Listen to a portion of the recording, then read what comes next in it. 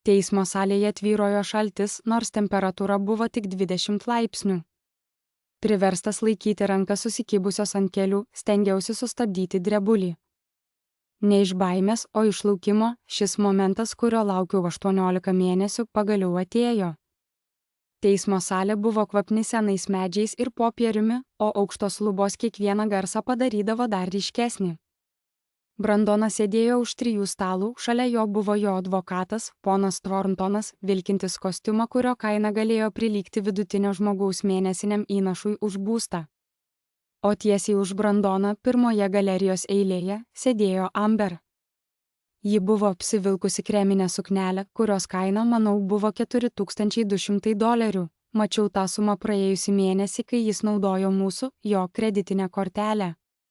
Jos kojos buvo sukryžiuotos, o veide švietė šypsena, lyg jau būtų laimėjusi viską. Gal ji ir manė, kad taip ir buvo. Brandonas atrodė gerai, negalėjau to paneigti.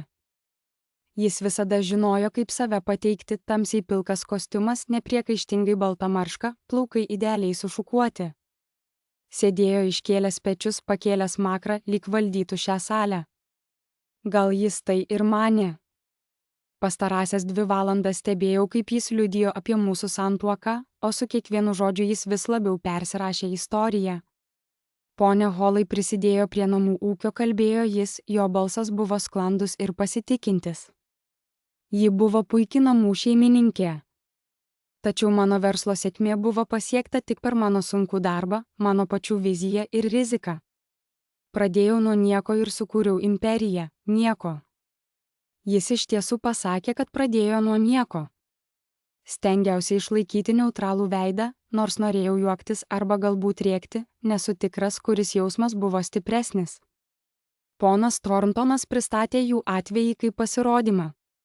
Dokumentai, rodantys visą turtą, verslo turtą, banko sąskaitas, viskas buvo tik Brandonui. Viskas priklausė Holai Development LLC. Jis viską pateikė taip paprastai. Brandonas sukūrė įmonę, kas liko namuose, Brandonas pasisekė, o dabar Brandonas pasiima tai, kas jo. Jūsų garbė, sakė ponas Thorntonas, pakeldamas brangias akinius. Ponas Holai yra pasiruošęs pasiūlyti tinkamą paramą sutuoktiniams pereinamuoju laikotarpiu. Tačiau verslo turtas, nuosavybė, pati įmonė, visa tai buvo sukurta tik pono Holai pastangomis ir priklauso tik jam. Teisėja Chen Rodriguez išklausė viską be didelių emocijų. Jai buvo apie 55, aštrus jos žvilgsniai ir pilki plaukai sušukuoti į tvarkingą kuodą. Prieš posėdį būtinai tyrinėjau jos biografiją. 25 metai šeimos teisme, ji matė viską. Tikėjausi, kad tai bus jos stiprybė. Dabar buvome arti finalo, turtų padalijimo diskusijos. Brandonas advokatas vėl atsistojo su dar viena byla. Jūsų garbė, ar galiu kalbėti apie turto padalijimą, tačiau Brandonas, netikėtai pertraukdamas, pats atsistojo. Ponas Thorntonas palietė jo ranką, lyg bandydamas jį sustabdyti, bet Brandonas numetė jo ranką, sakydamas, norėčiau pasakyti kažką, teisėja Chen Rodriguez pakėlė vieną antakį. Ponas Holai, jau duodate savo liudijimą. Žinau jūsų garbę, bet manau, kad tai reikia pasakyti aiškiai. Brandonas pirmą kartą per dieną pažvelgė man į akis. Jo žvilgsnis buvo šaltas ir sunkus. Tai buvo tas Brandonas, kurį pažinau per pastaruosius 4 metus. Ne tas vyras, su kuriuo susituokiau, bet tas, kuris jis tapo. Kassandra bandė įsitvirtinti, kad nusipelno pusės visko, ką sukūriau, bet tiesa yra paprasta. Jis sustojo, akivaizdžiai mėgaudamasis šiuo momentu. Tu niekada nepalies mano pinigų. Šie žodžiai pakibo ore. Kažkas iš salės vos sušuko. Aš nesikėliau, neblinkėjau, tik laikiau ranką sudėtas ant kelių. Tada Amber pasilenkė iš savo vietos ir išgirdau jos balsą. Saldaus, bet nuodingo. Taip, brangusis. Ji iš tiesų teigė brangusis teismo salėje per skyrybų posėdį. Tai reikalavo pasitikėjimo, beveik įspūdinga. Brandonas šypsojosi, ta pati pasitenkinimo šypsena, kurią nešiojosi visą dieną. Ponas Thornton atrodė nepatogiai, nerangiai perrūpdamas savo dokumentus, tačiau jis nesipriešino savo klientui. Kodėl turėtų? Brandonas jam mokėjo milžinišką sumą už pergalę šiame procese. Teisėjas Chen Rodriguez pažvelgė į mane. Pone Holai, ar turite atsakymą? Jaučiau, kad visi žiūri į mane. Brandonas tikriausiai tikėjosi, kad aš pravirksiu, supyksiu ar sukelsiu skandalą. Senoji kas galbūt taip ir būtų padariusi, bet aš nebuvau ji. Ne, jūsų garbe, tyliai pasakiau. Leisiu savo įrodymams kalbėti už mane. Valteris Piercas, mano advokatas, atsistojo šalia manęs. Jam buvo 61 su maloniomis akimis ir švelniu būdu, kuris privertė žmonės jį nuvertinti. Jis dirbo šį darbą 35 metus ir tai darė labai, labai gerai. Jūsų garbe, Valteris tarė prieš baigdami šiandienos posėdį, turiu papildomų dokumentų, kurie, manau, bus svarbus jūsų sprendimui. Jis žengė į priekį ir perdavė užantspauduotą manilą voką baigėjui, kuris jį nunešė teisėjui. Vokas buvo storas, galbūt 20 puslapių viduje. Aš pati jį užsandarinau praėjusią naktį, mano rankos buvo stabilios, nors širdis plaka greitai. Teisėjas Chen Rodriguez paėmė voką, žiūrėdamas į jį smalsiai. Kas tai, ponė Pierce? Įrodymai, kurie atsako į pono Holai pretenzijas dėl jo turto kilmės ir savininkystės jūsų garbe. Maniau, kad geriausia tiesiog pateikti juos jums peržiūrai. Teisėjas nutraukė antspaudą ir ištraukė dokumentus. Stebėjau jos veidą, kai ji pradėjo skaityti. Pirmas puslapis, antras puslapis, jos išraiška nesikeitė. Trečias puslapis kažkas pasikeitė. Jos antakiai šiek tiek susiraukė. Ketvirtas puslapis, penktas puslapis ir tada ji juokėsi. Tai nebuvo didelis juokas, bet toje tyloje teismo salėje jis skambėjo kaip griaustinis, tikras nustebęs juokas, kuris sukėlė jos akis suglebti kampuose. Ji pažvelgė į Brandoną ir jos šypsena buvo aštri kaip stiklas. Patikrinkite, kas laimėjo, tarė ji. Pajutau, kaip kažkas atsivėrė mano krūtinėje. Palengvėjimas, triumfas, galbūt tiesiog 18 mėnesių sulėtinto kvėpavimo išlaisvinimas. Brandonas šypsena dingo, tarsi kas nors būtų perjungęs jungiklį. Ką? Kas tai? Teismas pulsavo įtampa, kai ponas Thornton pasilenkė pirmyn, bandydamas pažvelgti į dokumentus, bet teisėja Chen Rodriguez juos laikė arti savęs. Ji vis dar skaitė, o jos veidas iš pradžių buvo kupinas pasitenkinimo, dabar virto rimtu ir susikaupusiu. Jūsų garbė, aš prieštarauju, pradėjo ponas Thornton, bet teisėja, nė nepakeldama akių nuo popierių, jį pertraukė. Nepamatėte, kam prieštaraujate, advokate. Klasėje vyko tyla, tarsi visi sulaikė kvėpavimą, laukė teisėjo sprendimo. Jis skaitė dar minutę, kol galiausiai, atsargiai padėjusi dokumentus ant stalo, pažvelgė į poną Thornton. Turime pamatyti jūsų kliento atsakymą į šiuos dokumentus ir aš patarčiau jums juos labai atidžiai peržiūrėti prieš mūsų susirinkimą, tarė ji tvirtai. Brandonui balsas sudrebėjo. Kas? Jis niekada nebuvo skambėjęs taip, kaip dabar. Teisėja Chen Rodriguez griežtai pareiškė, rytoj ryte 9 val. Ji paskelbė pertrauką, kad abi šalys turėtų laiko peržiūrėti naujus įrodymus. Pone Pierce, prašome pateikti kopijas priešingai pusiai. Valteris perdavė antrą voką ponui Thorntonui, kuris jį paėmė, tarsi tai galėtų sprogti. Teismas baigtas iki rytojaus, tarė teisėja Chen Rodriguez, surinkdama dokumentus. Kas po velnių yra tame voke, sušuko Brandonas, dabar akivaizdžiai prislėgtas panikos, ji sugriebė pono Thornton ranką. Ką ji davė teisėjai? Tačiau aš mačiau, kaip ponas Thornton drebėjo, kai atidarė voką ir ištraukė kopijas. Jo veidas pasidarė blyškus, skaitant pirmą ir antrą puslapį. Tada jis pažvelgė į Brandoną tokiu žvilgsniu, kuris man buvo pažįstamas, tai buvo žmogaus, kuris ką tik suprato, kad buvo apgautas, išraiška. Amberis atsistojo galerijoje, stengdamasi suprasti, kas vyksta. Brandonai, kas vyksta? Paklausė ji, bet Brandonas tylėjo, dabar žiūrėdamas į mane, iš tiesų matydamas mane pirmą kartą per daugelį metų. Ir aš mačiau, kaip jo akise atsirado suvokimas, kad galbūt jis padarė siaubingą klaidą. Aš atsistojau, išlygindama savo paprastą tamsiai mėlyną suknelę ir paimdama savo rankinę. Valteris švelniai palietė mano alkūnę. Puikiai padirbėta, sušapėjo jis. Aš nesijuokiau. Dar ne, bet kai ėjau pro teismo salę, praeidama pro Brandoną sušalusiame veide ir Amber, kuri atrodė pasimetusi pro šnabždesius prasidedančius galerijoje, pajutau kažką, ko seniai nebuvau jaučiusi. Vėl pajutau save. Pirmą kartą susitikusi Brandoną Holai, man buvo 23 metai ir jis išpylė kavą visur ant mano pristatymo aplanko. Tai vyko tinklų kūrimo renginyje smulkiesiems verslininkams ir profesionalams. Dirbau Fisher & Associates apskaitos biure jau 2 metus ir mano bosas mane įsiuntė susitikti su potencialiais klientais.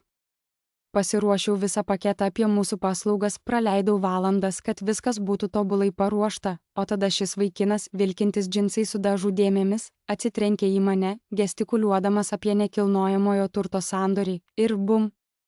Kava visur. O Dieve, labai atsiprašau, pasakė jis, skubėdamas imti servetėles ir dar labiau ištepdami kavą. Esu toks idiotas. Nesekiau, kur žiūriu. Leiskite man padėti. Viskas gerai, pasakiau, bandydama išgelbėti tai, ką galėjau. Dauguma puslapių buvo sugadinti ir tai kėlė man nerimą. Tai nepriimtina. Aš tiesiog sunaikinau tavo. Kas tai?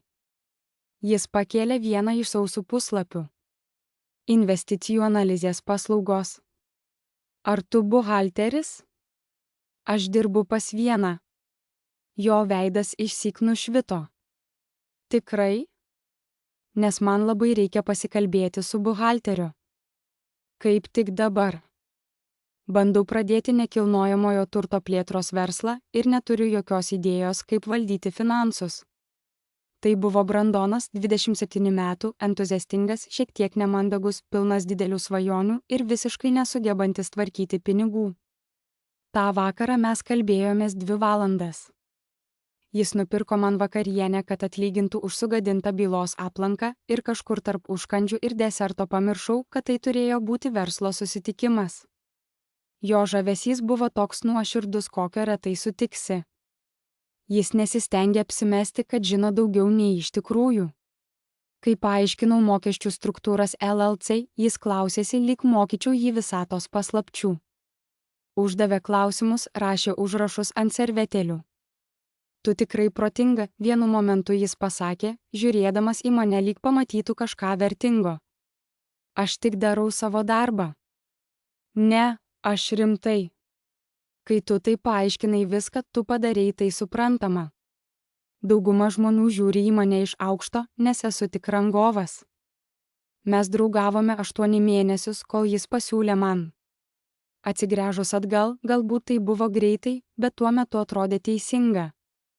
Brandonas dirbo kaip bendras rangovas, atnaujindamas kitų žmonių namus, tačiau jo tikroji svajonė buvo pats pirkti ir parduoti namus. Jis turėjo įgūdžių, galėjo atlikti elektros, santechnikos, stalių darbus, viską. Ko jam trūko, tai buvo kapitalo. Radau šį objektą, jis man pasakė vieną vakarą valgykloje mano bute, kai valgėme kinų maistą ant mano sofos. Tai puiku, kas? Foreklosure šiaurinėme rajone. Reikės dirbti, bet nieko, ko negalėčiau padaryti. Kai bus sutvarkyta, jis lengvai parduos už 300,000.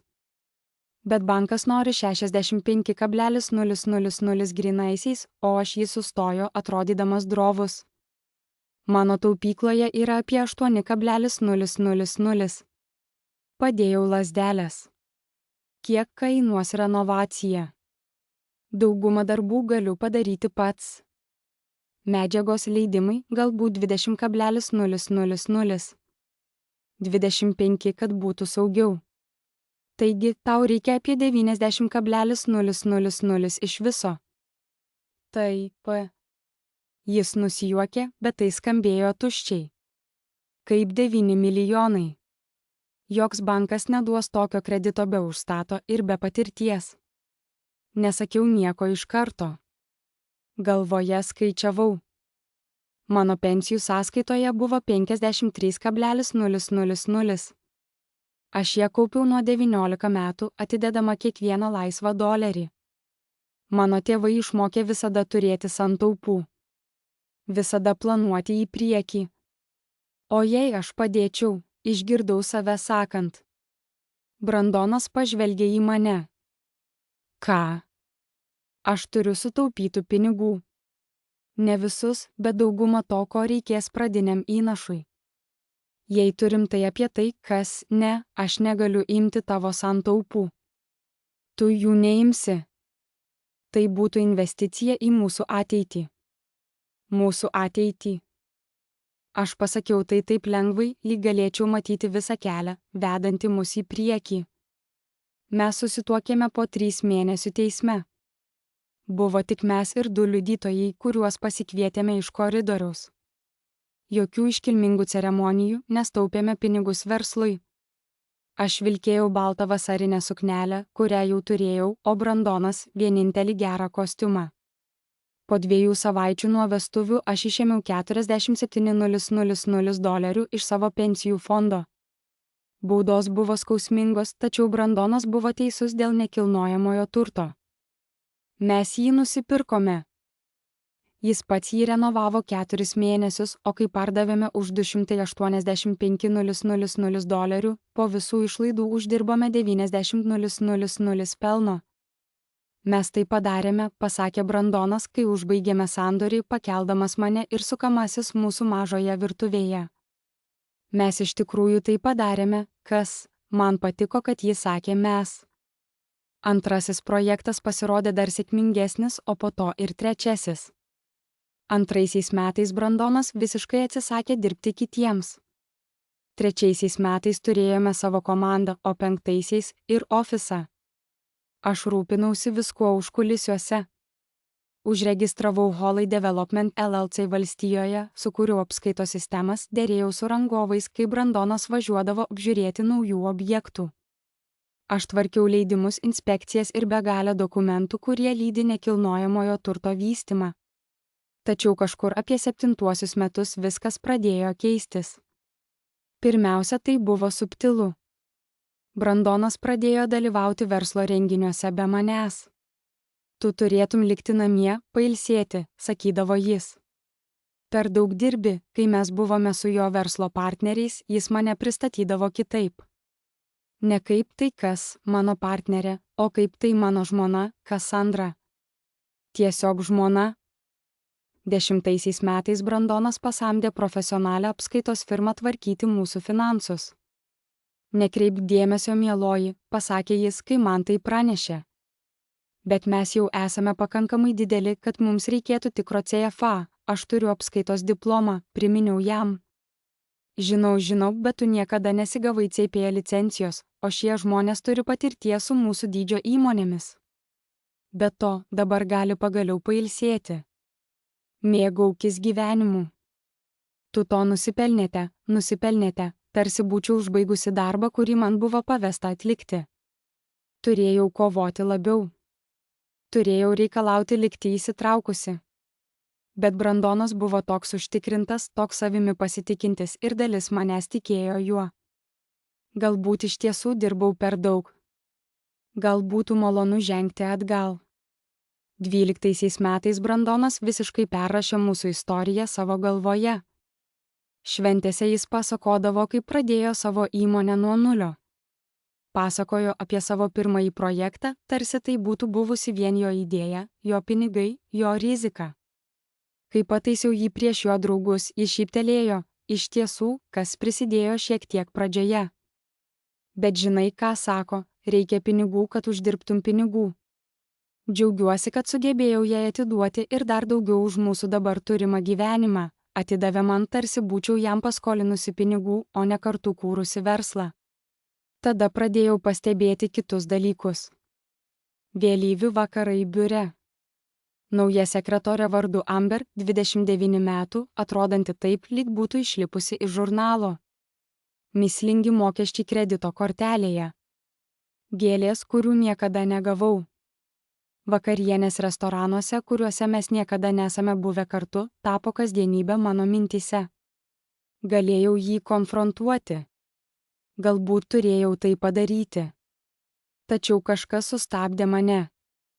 Vieną popietę, kai Brandonas buvo išvykęs į verslo kelionę, nusprendžiau pasinaudoti progą. Nuvažiavau į pirmąjį nacionalinį banką ir išsinuomojau seifą. Jo numeris buvo 847. Pradėjau po truputį kaupti dokumentus, banko ataskaitas, nekilnojamojo turto nuosavybės aktus, originalią LLC dokumentaciją, kurioje buvau nurodyta kaip bendraįkūrėja. Nesupratau, kam ruošiuosi. Tiesiog žinojau, kad vyras, su kuriuo susituokiau, tas, kuris išpylė kavą ant mano plankalo ir klausėsi, kai pasakoju apie mokesčių įstatymus, lyg tai būtų poezija, jau nebebuvo. Jį pakeitęs vyras, atrodė, visai nematė manęs. Viską apvertusi žinutė atėjo antradienio popietę balandžio mėnesį. Nesupraskite neteisingai, nesiknaisiojau po jo daiktus. Taip sakiau sau. Brandonas paliko savo telefoną ant virtuvės stalo, kol maudėsi, ir jis sušvito pranešimu.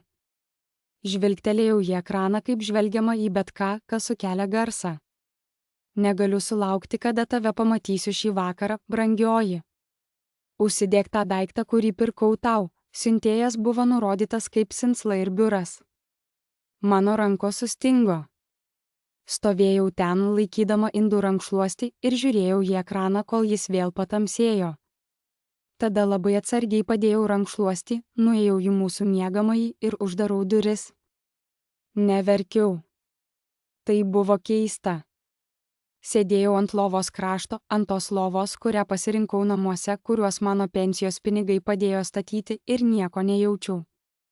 O galbūt jaučiau viską iš karto ir tai viskas atrodė lyg tuščia, ramiai tylinti tuštuma.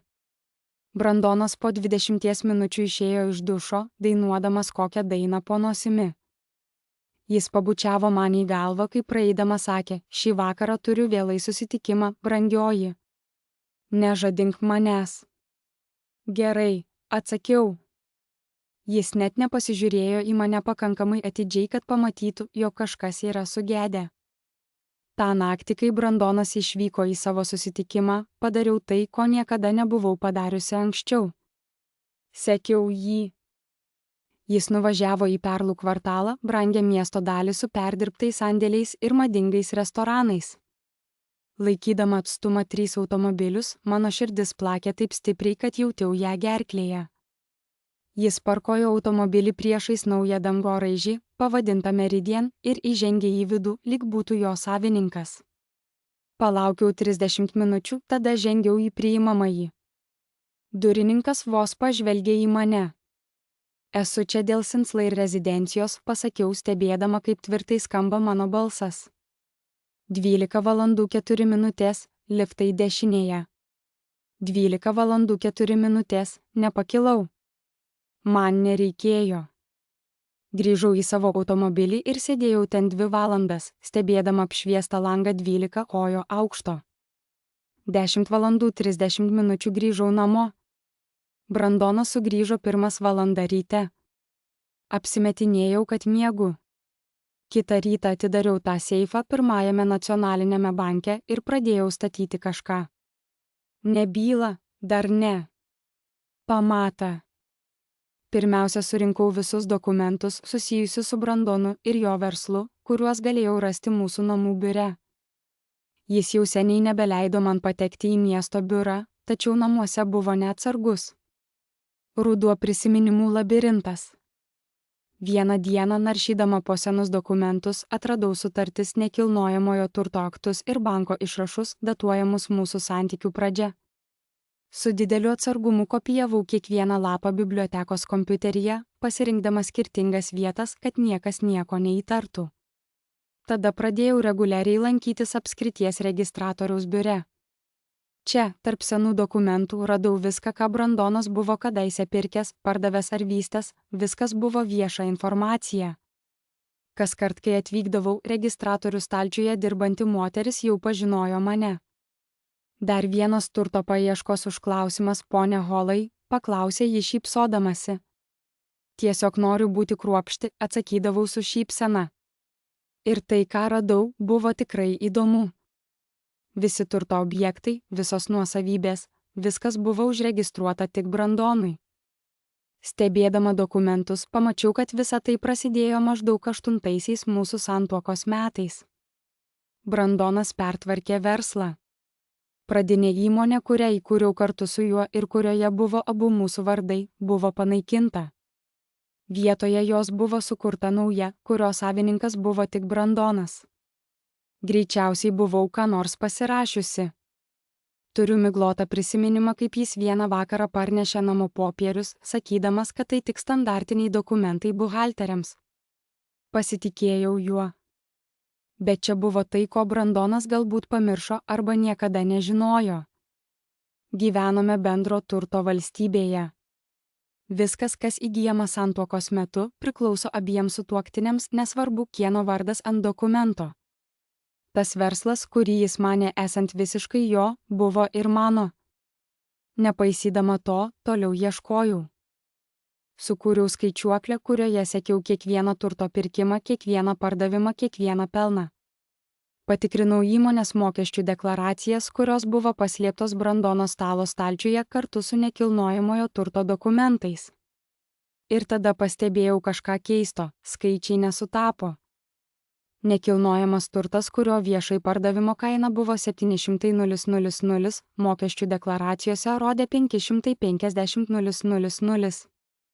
Renovacijos išlaidos buvo išpūstos, o pajamos nuolat mažinamos. Brandonas įvykdė mokesčių sukčiavimą. Sėdėdama virtuvėje prie savo nešiojamojo kompiuterio, žiūrėdama į tuos skaičius, pajutau, kaip viskas susijungė į vieną. Tai nebebuvo tik apie skyrybas. Tai buvo apie teisingumą. Praleidau 3 mėnesius dokumentuodama viską. Sukūriau storus organizuotus segtuvus su spalvotais skirtukais ir indeksuotomis skiltimis, banko išrašai, nekilnojamojo turto dokumentai, mokesčių deklaracijos, nuotraukos.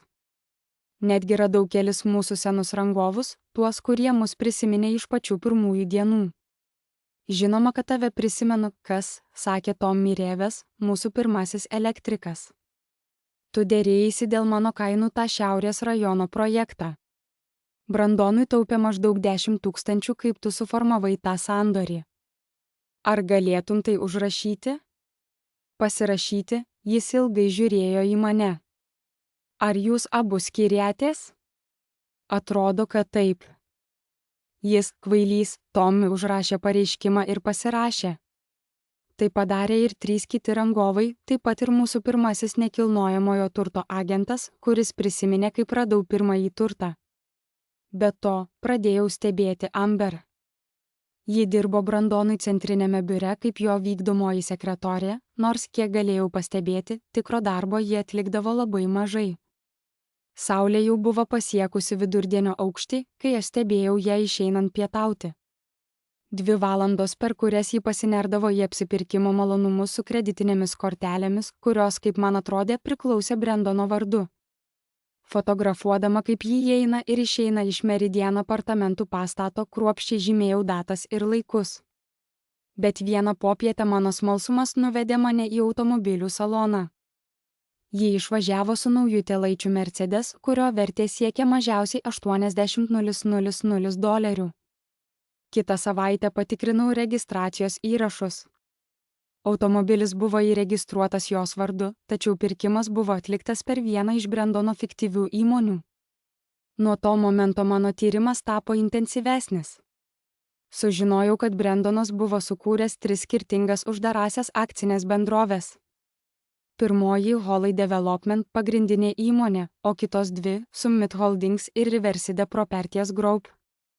Atrodė, kad jos buvo investicinės bendrovės, tačiau sekojant pinigus supratau, ką iš tikrųjų jos slepia. Tai buvo vietos, kur buvo slepiami turtai. Turto pirkimai per šias fiktyves įmonės, nuomos pajamos, kurios niekada neatsispindėjo Holly Development knygose, grynieji pinigai, dingstantys į sąskaitas, kurių negalėjau pasiekti. O tada buvo ir užsienio sąskaitos. Įrodymus apie jas radau sename Brandono L laiške, paliktame atvirame mūsų namų kompiuteryje. Pervedimas į kažką, vadinama Cayman International Trust Services. 230 000 dolerių tiesiog dingo užsienyje. Fotografavau viską, dokumentavau kiekvieną žingsnį, sudariau laiko juostą, kuri rodo, kada Brendonas pradėjo slėpti pinigus, hyduoti turtą, ruošdamasis kažkam. Suvokiau, kad jis tai planavo, galbūt ne pačią skyrybų idėją, bet jis ilgus metus saugojo savo turtą nuo manęs. Jis tiesiog nežinojo, kad aš stebiu. Po 6 mėnesių tyrimo susitikau su advokatu. Ne bet kokiu advokatu, Walteris Piercekas turėjo reputaciją, kad yra kruopštus, sąžiningas ir, kai reikia, absoliučiai nepasiduodantis. Į mūsų pirmą susitikimą atsinešiau savo aplankus. Walteris pažvelgė į juos, tada į mane. Kiek laiko jau ruošiatės? Paklausė jis. 6 mėnesius, atsakiau, o jis atidarė pirmą aplanką, paskui antrą. Jis 45 minutes skaitė be žodžio. Galiausiai pažvelgė į mane. Pone Holai, per 35 metus dirbant šeimos teisėje, tai yra kruopščiausiai dokumentuota byla, kokią esu matęs. Jūsų vyras neturi jokios idėjos, kas jo laukia, ar ne? Ne, pasakiau. Jis mano, kad aš tik namų šeimininkė, išleidžianti jo pinigus. Walteris nusišypsojo. Tai nebuvo draugiškas šypsnys, tai buvo šypsnis, kuris išduodavo, kad jis ką tik gavo laimėjimo kortą. Tada parodykime jam, kaip labai jis klysta. Po 3 savaičių įžengiau į Brendono biurą miesto centre, laikydama Manila aplanką. Sekretorė Holai Development pasikėlė galvą, kai įžengiau, ir aš pamačiau jos veidę sumišimo akimirką. Brendono žmona niekada neateidavo į biurą. Brendono žmona likdavo namuose. Pone Holai, pasakė ji neįsitikinusi. Ar ponas Holai jūsų laukia? Ne, ramiai atsakiau, bet man reikia su juo pasikalbėti.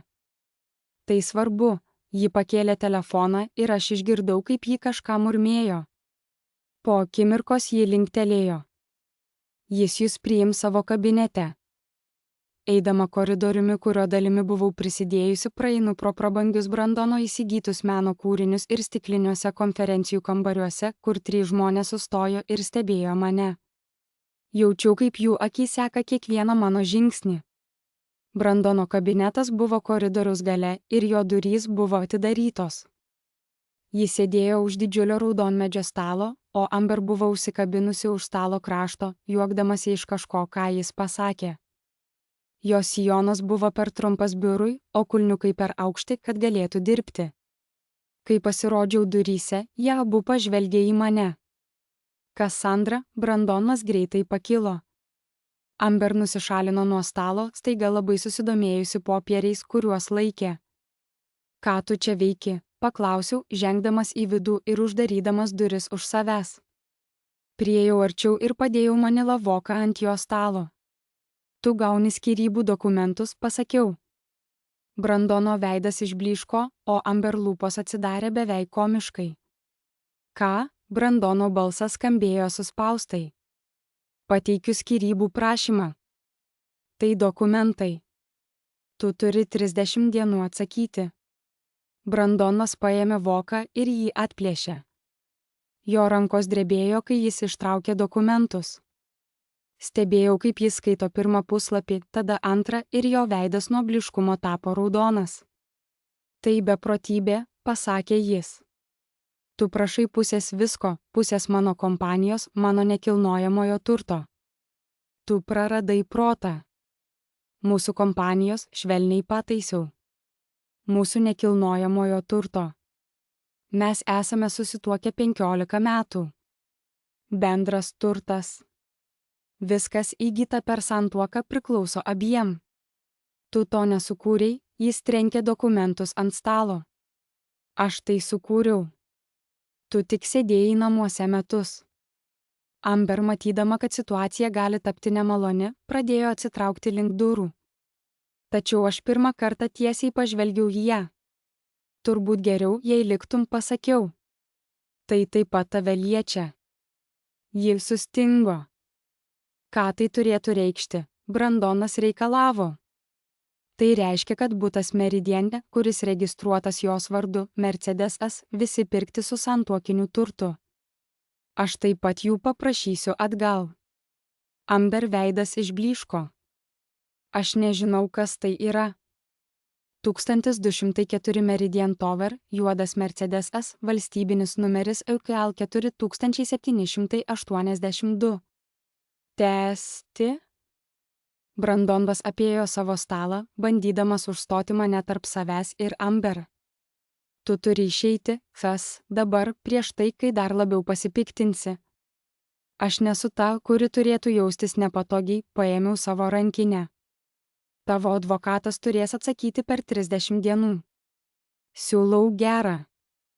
Tu nieko negausi, Brandonas sušuko, kai aš priėjau prie durų. Jo balsas buvo pakankamai garsus, kad žinočiau, jog visi ofise tai girdi. Ar girdi mane? Nieko. Aš kovosiu su tuo visomis jėgomis.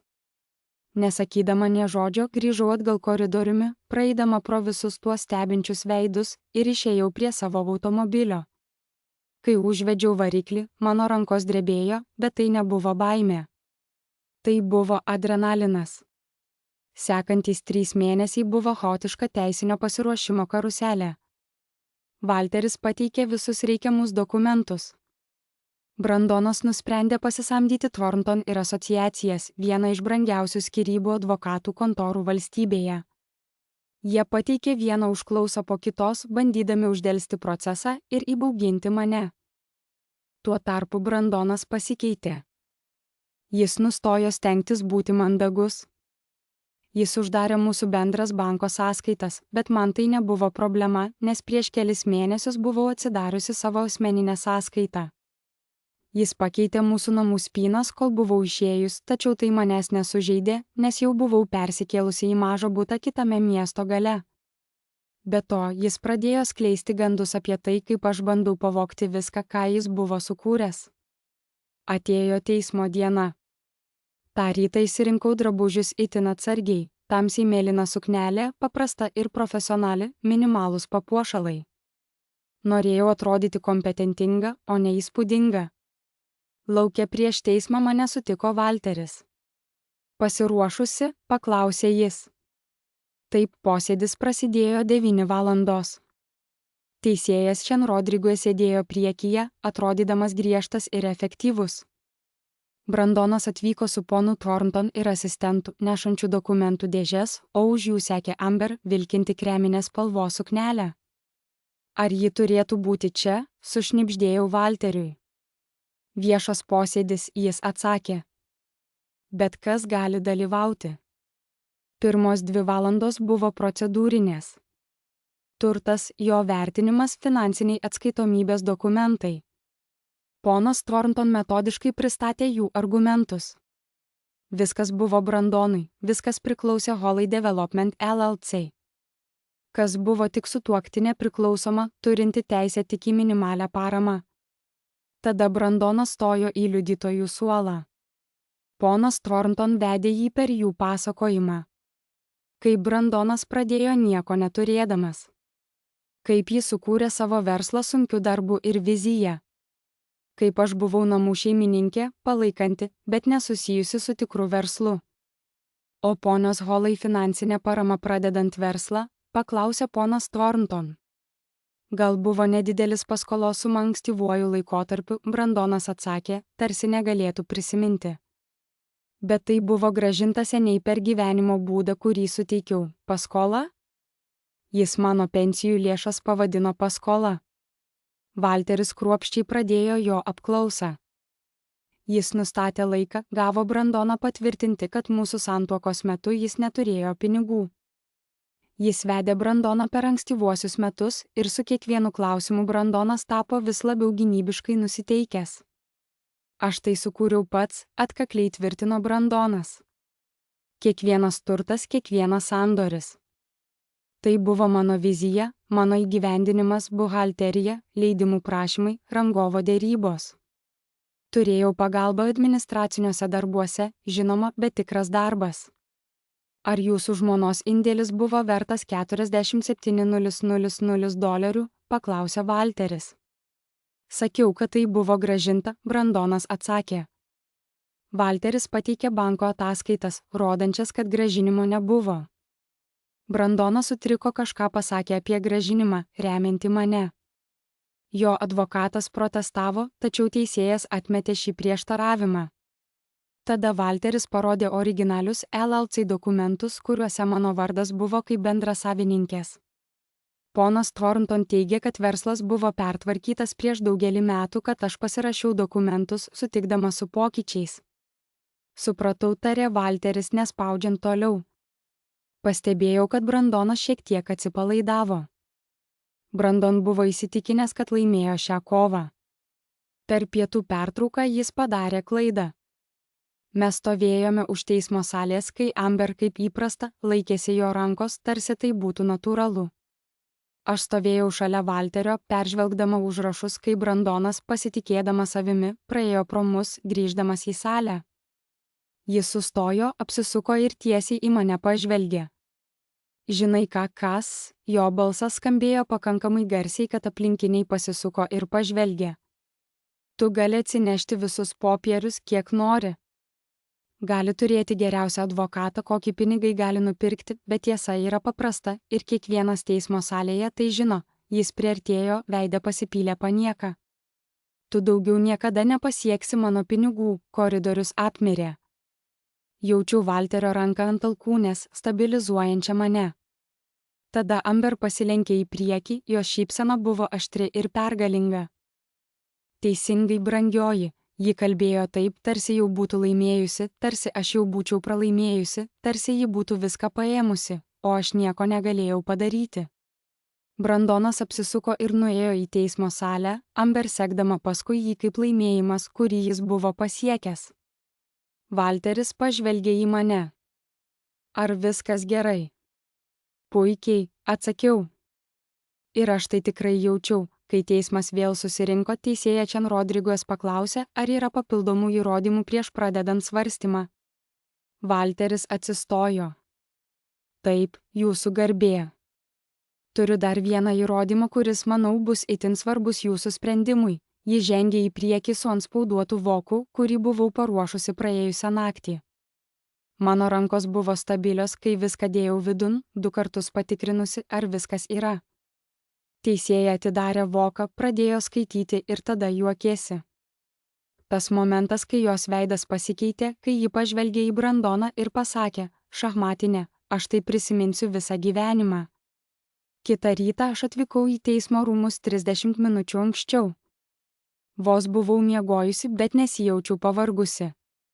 Jaučiausi budri, susikaupusi, tarsi kiekviena mano kūno nervų ląstelė būtų prabudusi. Valteris susitiko su manimi už durų. Kaip jautiuosi? Tarsi tuoj sužinosiu, ar paskutiniai 18 mėnesių turėjo prasmę, jis nusišypsojo. Pasitikėk manimi, Kassandra, jie turėjo viską, ėjome į teismo salę kartu. Brandonas jau buvo ten su ponu Thornton ir aš iš karto pastebėjau, kad kažkas pasikeitė. Brandonas nebeatrodė pasitikinti savimi kaip vakar. Jis sėdėjo susikūprinęs, alkūnės ant stalo, veidas išblyškęs. Ponas Thornton atrodė dar blogiau. Jo po akimis buvo tamsus ratilai, lyg būtų praleidęs visą naktį be miego. Amber ten nebuvo. Jos vieta salėje buvo tuščia. Teisėja Chen Rodriguez įėjo tiksliai 9 valandos. Visi atsistojome, tada sėdome. Prieš pateikdama savo sprendimą, ji pradėjo, noriu pasakyti keletą žodžių apie įrodymus, pateiktus vakar po pietų ponios Holai advokato. Brandonas advokatas atsistojo. Jūsų garbė, jei galiu? Negalite, ponas Thornton. Sėskitės, jis sėdo. Teisėja Chen Rodriguez pažvelgė tiesiai į Brandoną. Pone Holai, vokas, kurį gavau vakar, turėjo dokumentus, kurie fundamentaliai keičia šios bylos pobūdį. Teismo salėje vyko intensyvi diskusija ir visiems dalyvaujantiems buvo aišku, kad situacija tapo itin rimta. Teisėjas Chen Rodriguez su rimtu veidu ir tvirtomis rankomis nusprendė sutelkti dėmesį į pagrindinius faktus. Norėčiau viską išdėstyti žingsnis po žingsnio, kad būtų aišku, kodėl mes čia susirinkome, pradėjo jis. Pirmiausia, jis pasukė žvilgsnį į poną Brandoną Holai, papasakojo apie ponios Holai pateiktus dokumentus. Prieš 15 metų buvo įsteigta Holai Development, o ponia Holai buvo ne tik bendrai kūrėja, bet ir lygiavertė partnerė. 8 metus jūs pertvarkėte verslą, pašalindamas jos vardą, tačiau tai nenuneša jos pradinio indėlio ar teisių pagal bendruomenės nuosavybės teisę, tęsė teisėjas, o Brandonas, kaip matėsi, turėjo sunkumų su savo emocijomis. Teisėjas atkreipė dėmesį į tai, kad ponia Holai pateikė įrodymų, jog ji investavo $47 000 iš savo pensijų sąskaitos verslo pradžiai. Jūs liudijote, kad tai buvo nedidelė paskola, kuri buvo grąžinta, sakė teisėjas, bet ponia Holai pateikė banko dokumentus, kurie parodė, kad grąžinimo niekada nebuvo.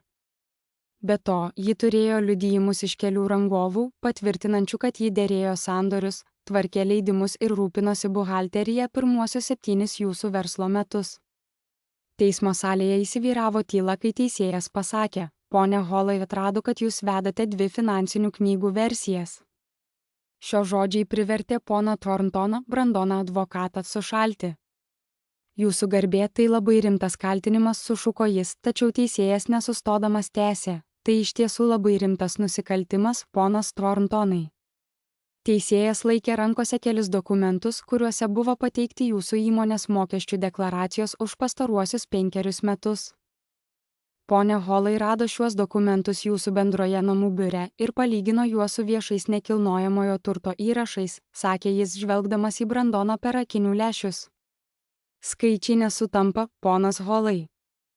Turtas, kuris buvo parduotas už $700 000, jūsų mokesčių deklaracijose nurodytas kaip $550 000. Renovacijos išlaidos nuolat padidintos, o pajamos sistemingai sumažintos. Jūs vykdėte mokesčių sukčiavimą mažiausiai 5 metus, galbūt ilgiau. Teismo salėje tvyrojo įtampa. Tačiau teisėjas turėjo dar daugiau. Ponia Holai taip pat atrado 3 fiktyvias įmonės, kurias jūs įsteigėte, tarp jūsų Mid Holdings ir Riverside Properties Group. Jūs slėpėte turtus per šias įmonės, kad išvengtumėte apmokestinimo ir ko gero, kad juos paslėptumėte nuo savo žmonos, numatydamas skyrybų procesą. Brandonas atrodė vis labiau išsigandęs, jo veidas tapo pilkas. Teisėjas tęsė, ji taip pat rado įrodymų apie offshore sąskaitą Kaimano salose, kurioje buvo ne mažiau kaip $230 000 neapskaitytų lėšų. Brandonas, pasidaręs nervingas, pakilo iš savo kėdės. Jūsų garbė, šie kaltinimai turi būti nagrinėjami per tinkamas institucijas. Ir jie jau buvo, ponas Thorntonai, atsakė teisėjas ir demonstratyviai pakėlė dokumentą. 3 savaitės prieš skyrybų pareiškimą ponia Holai pateikė išsamią pranešimą apie mokesčių sukčiavimą vidaus pajamų tarnybai, užfiksuodama jūsų kliento nusikaltimus tokia pačia kruopštumu kaip ir viską kita. Mano širdis daužėsi taip, kad galėjau ją išgirsti ausyse. IRS oficialiai pradėjo tyrimą prieš poną Holai. Teismo salėje tvyrojo įtampa, o visi laukė, kas bus toliau. Viskas, kas susiję su Holai šeimos finansais, pasiekė kulminaciją, kai teismas nusprendė, kaip bus pasidalinta jų turtas. Ponia Holai kaip informatorė turėjo teisę gauti nuo 15 iki 30% bet kokių lėšų, kurias IRS sugebės atgauti. Atsižvelgiant į čia dokumentuotą sukčiavimo mastą, tai galėjo siekti kelis milijonus. Brandonas, sėdėdamas teismo salėje, išleido garsą, tarsi visas oras būtų buvęs išmuštas iš jo krūtinės. Teisėja Chen Rodriguez rimtu veidu pradėjo aiškinti turto pasidalijimo procesą. Paprastai bendro turto valstybėje santuokos turtas yra dalijamas 50-50. Tačiau kai vienas sutuoktinis aktyviai bando apgauti kitą, slepiant turtą ir kuriant netikras finansinės ataskaitas, teismas turi teisę koreguoti šį pasidalijimą. Ji pažvelgė į mane ir aš pamačiau jos akyse patvirtinimą. Ponia Holai pateikė įrodymus, kad per 6 mėnesius iki skyrybų pareiškimo ponas Holai pervedė didelę sumą turto savo merginai. Tarp jų buvo apartamentai Meridian Tower, verti $400 000, Mercedes, kurio vertė siekė $80 000 ir įvairūs kiti pirkimai, iš viso sudarė apie $150 000. Šie pervedimai buvo atlikti naudojant šeimos lėšas, kol jie buvo susituokę ir aiškiai parodė bandymą paslėpti turtą nuo skyrybų proceso.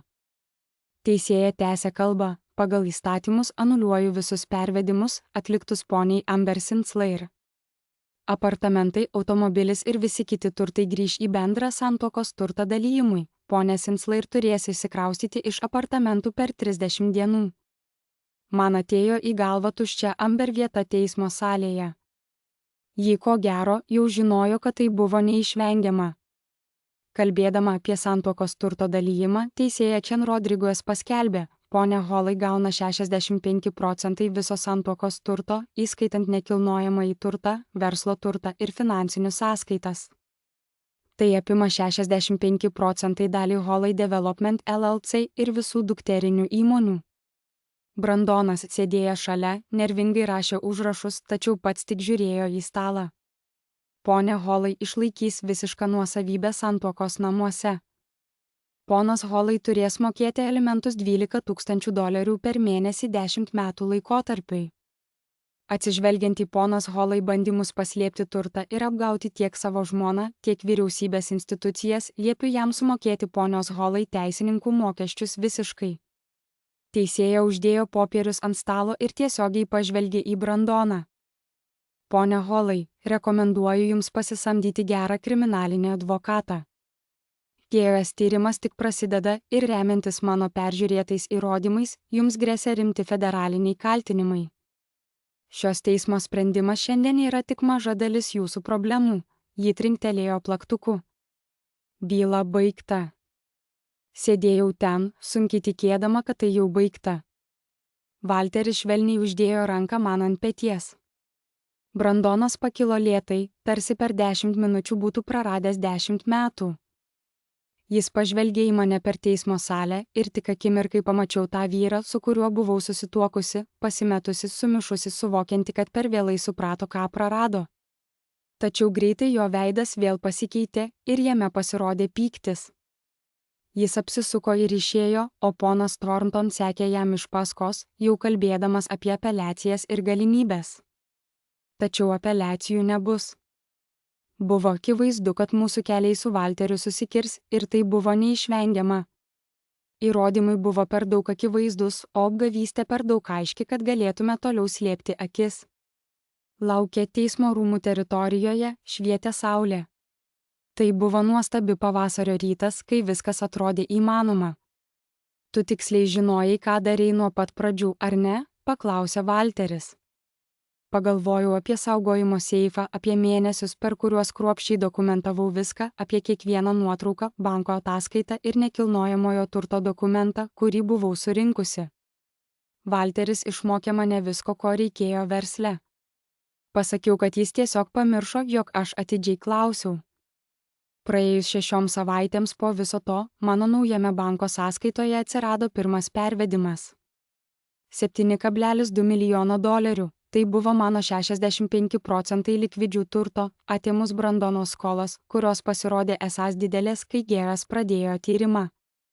Sėdėjau savo mažame bute, žiūrėdama į tą skaičių savo nešiojamojo kompiuterio ekrane ir nepajutau triumfo. Pajutau laisvę.